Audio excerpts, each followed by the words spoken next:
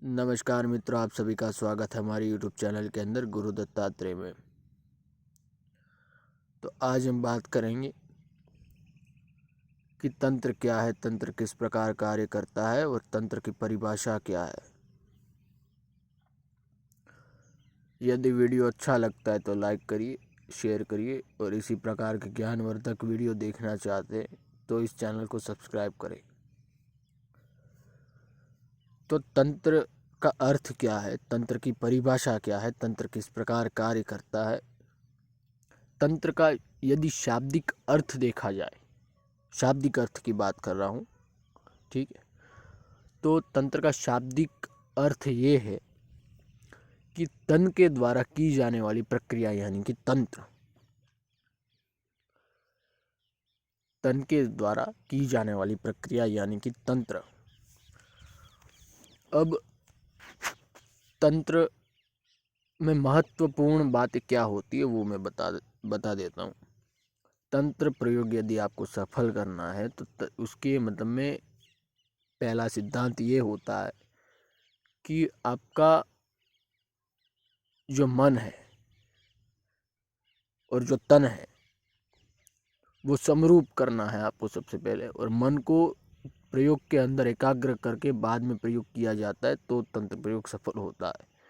तंत्र प्रयोग की सामग्रियाँ सही होनी चाहिए, उसका विधान संपूर्ण होना चाहिए, जो समय दिया गया उसी समय में होना चाहिए तो तंत्र प्रयोग सफल होता है। इसमें बाद में कोई दोहराए वाली बात नहीं होती है।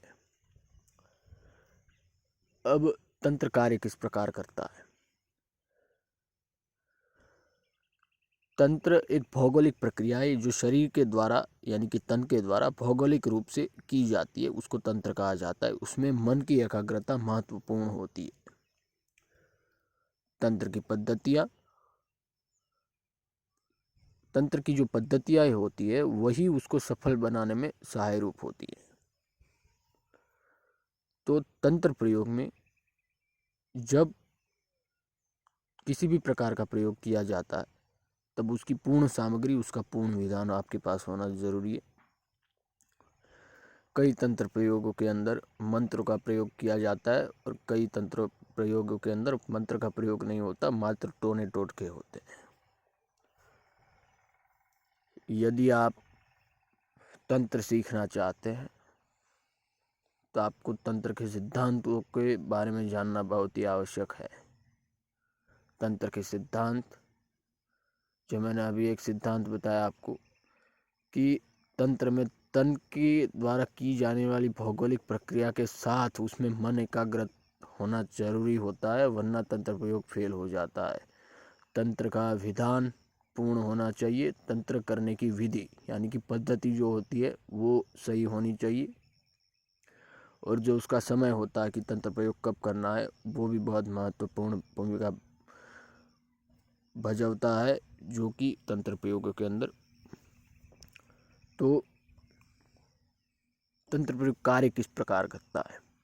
जब मन की एकाग्रता के साथ विशिष्ट चीज वस्तुओं से विशिष्ट प्रकार की विद्वत यानी कि पद्धतिसर प्रक्रिया की जाती है तब उस प्रकार के तत्व घटित होते हैं, और उस प्रकार के तत्व घटित होते हैं जो आपके कार्य में सहाय रूप बने।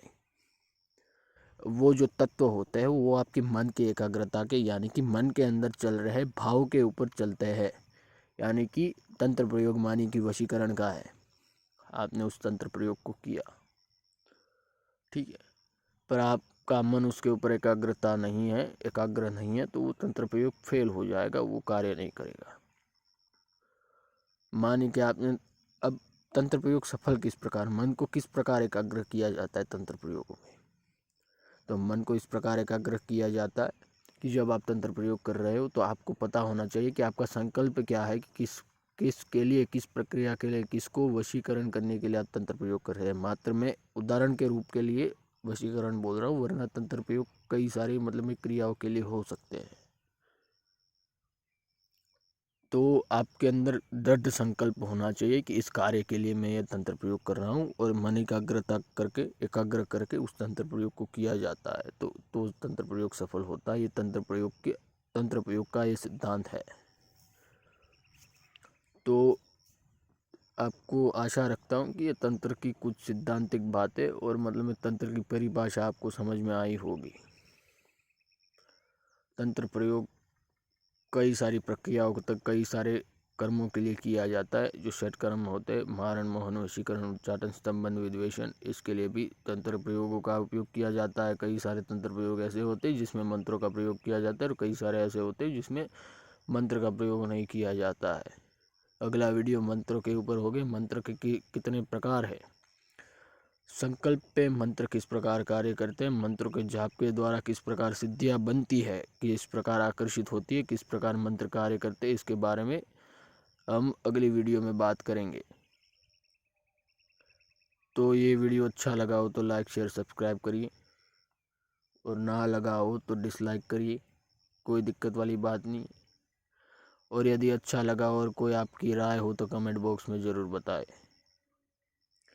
और हाँ, जो तंत्र प्रयोग होते हैं उसको भौतिक रूप से किया जाता है और जो उसमें चीज़ वस्तुओं का उपयोग किया जाता है वो चीज़ वस्तु जो होती है वो मतलब में पहले से तयित होती है। यानी कि माने कि आप वशीकरण का प्रयोग कर रहे हैं तो उसमें मधु यानी कि शहद, फूल और सूखा जो नारियल होता है उसका प्रयोग किया जाता है।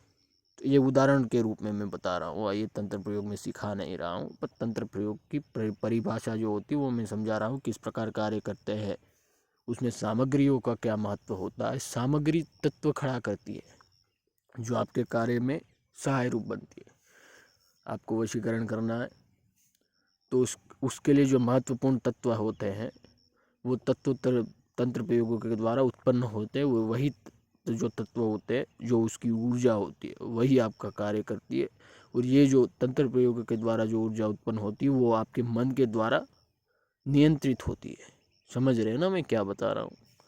तो यदि ना समझ में आए तो कमेंट बॉक्स में आप पूछ सकते, कोई दिक्कत वाली बात नहीं। वीडियो अच्छा लगा हो तो लाइक शेयर सब्सक्राइब करें। ठीक, तो जय गुरु दत्तात्रेय। तो ये वीडियो यहीं पे समाप्त करता हूँ।